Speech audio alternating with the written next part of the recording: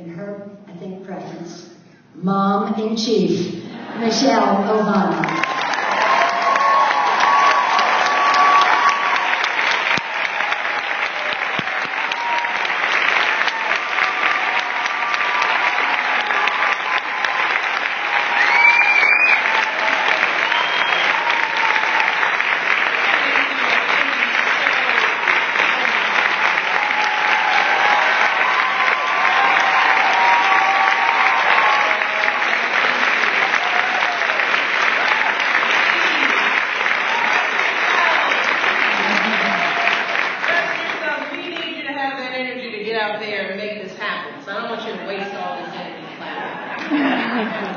But before I begin, let me do something that I told Jill that I would do because it was too painful for her to do, which is to congratulate you on your World Series win.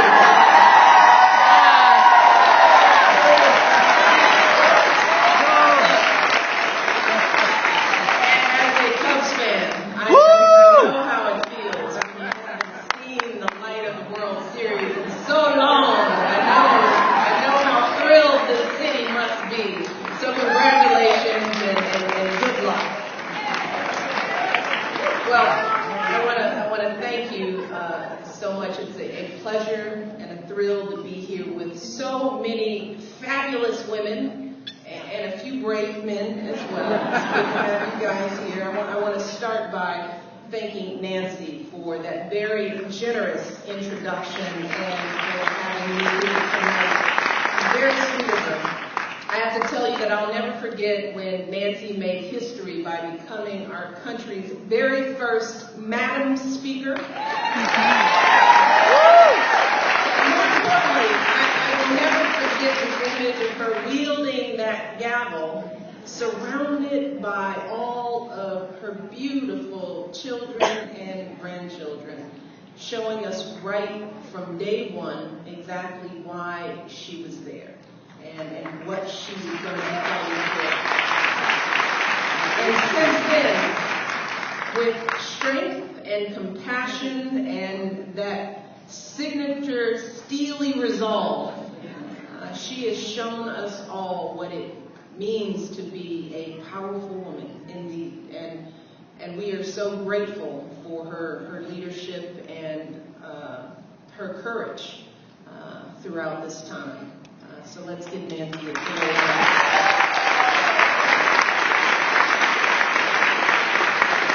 And I would be remiss if I didn't acknowledge the other half. My good friend Paul Pelosi, who is also here tonight. And I think I spend more time with Paul than I do my own husband, because Paul comes to everything, and this means so much to me. I mean, we do things for spouses, and Paul is always there. He's rolling up his sleeves, he's packing boxes, he's in the photo line, he's at the lunch. He has just been so much solid. I have to acknowledge, where I am, it's like Paul's there. He is terrific. Let's give Paul a real round of applause. Thank you so much. Thank you for sharing your life with us. You are a delight, and I love you so much. I also want to thank my dear friend, Dr. Jill Biden. I couldn't ask for a better partner on this journey. And I am thrilled that we could come here together. It is so much more fun to be on the road with Jill.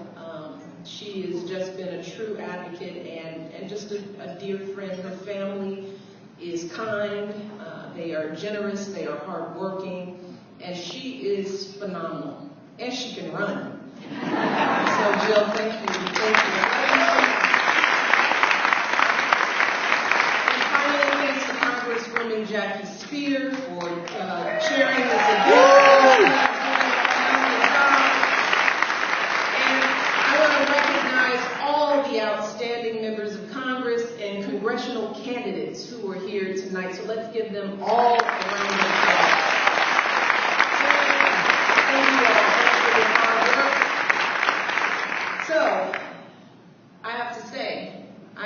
done this in a while. This being on the campaign trail. In fact, I haven't really been on the stump since a little campaign you might remember a couple of years ago. This cute guy with the big ears and a fun name. But as Nancy said, as a self-described mom-in-chief, my first priority has been making sure that my girls are happy and healthy and adjusting to their very interesting new life in the White House. Thank you for always sending kind vibes to my family. Thank you all. But I think I'm like every parent that I know. My children are at the center of my world. And my hopes for their future are at the heart of every single thing I do.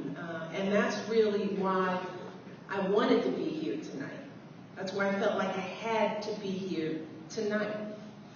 Because more than anything else, I see this stuff as a mom. And when I think about the issues facing our nation, I think about what it means for my girls. I think about what it means for the world that we're leaving behind for them and for all of our children. And as I travel around this country, one of the greatest privileges I have is to spend time with our children all over the country. And, you know, if you see me, when I see a young person, everything else goes away because they give me energy. And when I look into the eyes of the children that I meet, I see so clearly what's at stake. I see it in the eyes of the child whose mom has just lost her job, and that little girl is worrying about how her family is going to pay the bills. I see it in the eyes of the child whose dad has just been deployed, and he's trying so hard to be strong for his younger brothers and sisters. I see it in the eyes of the child stuck in a crumbling school and who knows it and looks around and wonders, well, what on earth does this mean for my future? And that's how I see the world. But I think that's how most folks see the world. And that's something that we all share. I don't want us to ever forget that. That is what we share. That regardless of where we're from, or what we look like, how much money we have, we all want something better for our kids. And I know that was true in my family growing up. That's why even after my dad was diagnosed with multiple sclerosis, he hardly ever missed a day of work at the city water plant. No matter how sick he was or how tired he felt, because he desperately wanted something better for me and my brother. And it was true for Barack's family as well. That's why his grandmother, Tutu, woke up before dawn each morning to catch that early bus to her job at the bank. And even when she was passed over for promotions year after year, because she was a woman, she rarely complained, because she knew she was doing this to give something more to Barack and his sister. And that is what the American dream is all about. That's it. It's that fundamental belief that even if where can I find a decent public school for my kids? And if I can't, then what do I do? How will I give my kids the same chance that I had? Folks all over the country worrying that maybe that fundamental American promise was being broken. And worse yet, that no one in Washington was listening. And that is why my husband ran for president in the first place. Because he knows that his life, like mine, is only possible because of the American dream. And keeping that dream within reach and alive for all Americans is what drives him every single day. Trust me. That's why folks like you all across this country joined our campaign. That's why you made all those calls. That's why you knocked on those doors in the freezing snow and the blazing sun. You remember that? And I believe that's why you and I are here tonight. We're not here just because of an election. We're here to renew that promise. We're here to restore that dream. We're here because we believe that no child's future should be limited because of the neighborhood they're born in. Right?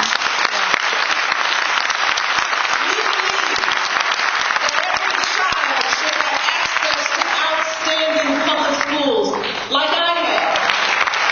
And that every child should have the chance to go to college even if their parents are wealthy, like Barack and I did.